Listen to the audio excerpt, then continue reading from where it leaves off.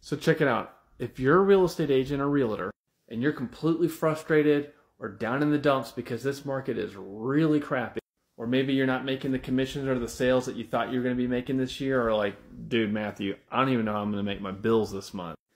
Perfect. Then this video is for you. We're going to go over some quick fundamentals, things that you've probably forgotten to do over the time or the years when the good times were rocking and rolling. So we need to get back on track. That way we can get you back into a position of success. So let's talk about it.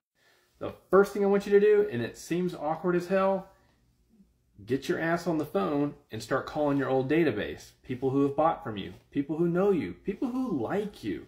It's so much harder to convert a brand new lead, whether it's through online lead generation, farming, whatever that looks like, because a past sale or client knows you and trusts you already. So as much as you may think it's awkward to cold call or call them out of the blue, it's not really, because you're their subject matter expert in the field of real estate. As much as we do real estate on a daily basis, they don't. They don't know. They may know what the headlines have given them. They all know, hey, the real estate market may be going up, or in this situation, down. But you're actually in the trenches day in and day out. Why not call them? Hell, just check in on them. Say, hey, how's your house going? Usually when I do this, it typically converts with a new sale. Isn't that why we're in the business, is to generate transactions? Well, maybe pick up the phone and talk to your past clients. It works for me. Here's a few ideas of what you could say when you call them. So for me, the easiest way to break the ice, because I know this seems really difficult and awkward for a lot of people, but the easiest thing to get people on the other side of the conversation to talk and to listen is ask them how their family's doing. How's the home treating them? Have you made any renovations lately or anything? It's a beautiful home. Ask them about it. People love to talk about their family. That's one of my number one go-tos, is how is your family doing? How are the kids? And from there, usually your client will just start talking. And as they talk, it will build momentum to branch out on other opportunities to discuss. And in doing so, you can then roll in a few things about, hey, interest rates have moved up. You guys have checked in with your rates. Do you need a second look on anything like that? But in this typically market, they may not be interested in buying, and we know that. But you know what? They may have friends that are looking to buy or sell. That's your transaction that you're trying to make, just like an open house. You're not really necessarily trying to sell the house directly.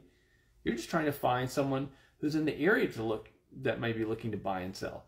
Keep the conversation flow very courteous and very, easy going. And like I said, ask them about their family. Ask them how the house is. Do they need any recommendations on any, fixer up jobs, repairs, whatever? If you have plumbers or electricians you may know you could recommend. And then from there, just always say, hey, if there's ever any time that you need, or if you have a friend and family that needs something, just let me know. I'm always here.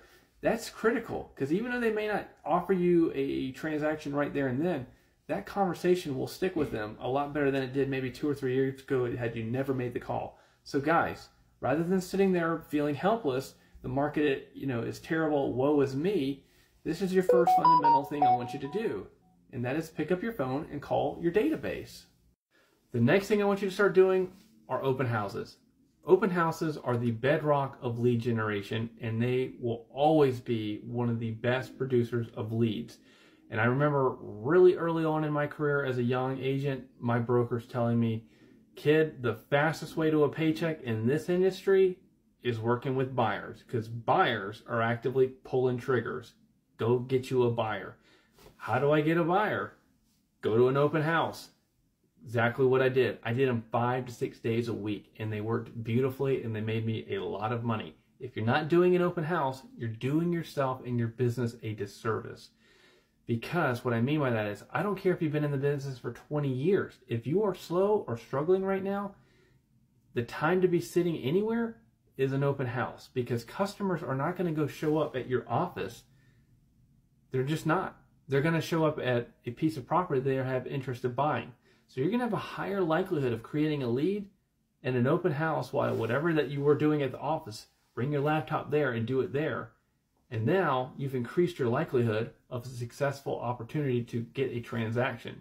And again, if you are struggling and you're hurting, we need to increase transactions. We need to get leads. So calling your database, doing open houses, These two things will help you significantly. All right, now listen to me closely. If you are effectively calling your database, you're back to doing open houses. The next thing I want you to start reintegrating, if you're not already doing it, is start doing your mailers. This is what your mailers can look like. This is just an example here, something you could do through Etsy or getting help through your title company. Let me give you another example. Again, it can be something real simple. The most important thing is just making sure that your face, your local brand is being presented in a consistent manner. Did you hear me on that? Consistent. This is not a one-off, a two thing, do it a couple times. No. I used to mail a neighborhood and I mailed it once a month for 18 months straight, and I didn't get anything until that 18th month. Had I quit at any point in time, that would have been a complete bust for me. But by the time I got that first call and that first lead, it had paid for all the mailing, it paid for everything, and guess what? I got multiple listings after that. Again, the most important thing in the mailer is your consistency, because at a certain point, that neighborhood's going to constantly see your brand through the mailer, even if it's 1 second. All you need is 1 to 2 seconds of them recognizing your name, your brand, and it goes in the trash. That's fine. But you know what happened after all those months that went by and years? I started recognizing when I would visit people in their listing appointment that my little flyer, my little football magnet thing or whatever, it was on their fridge. And I was like, wow, I've been there all this time. And finally they call me. And not only did I get calls, I got multiple listings. It seemed like, man, if I could just get one deal out of this, it would make sense. And I ended up getting like a waterfall of leads. So sometimes when it rains, it pours. You just have to stay consistent. And the funny thing is when you aim small, you miss small. Focus your mailing in one spot. Don't try to be the area expert in this giant city, because that'll cost you a fortune. Try to keep it small and consistent in a tight shot group. I'm using military lingo, but just bear with me. But if you just keep it in a small, concise pocket, you'll keep your costs down. And as you start getting more listings and you start making more money, then you can broaden out. But right now, if you are struggling, I need you to go back to calling your database, doing your open houses, preferably in the area you're farming, because they're now getting your mailers and they're seeing your face in the open houses. That is critical to getting your success and getting your momentum back up. So hear me on this.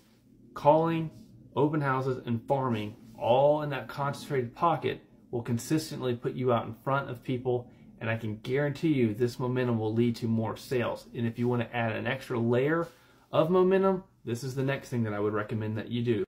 All right, so love it or hate it, Zillow is a wonderful resource and lead generating tool.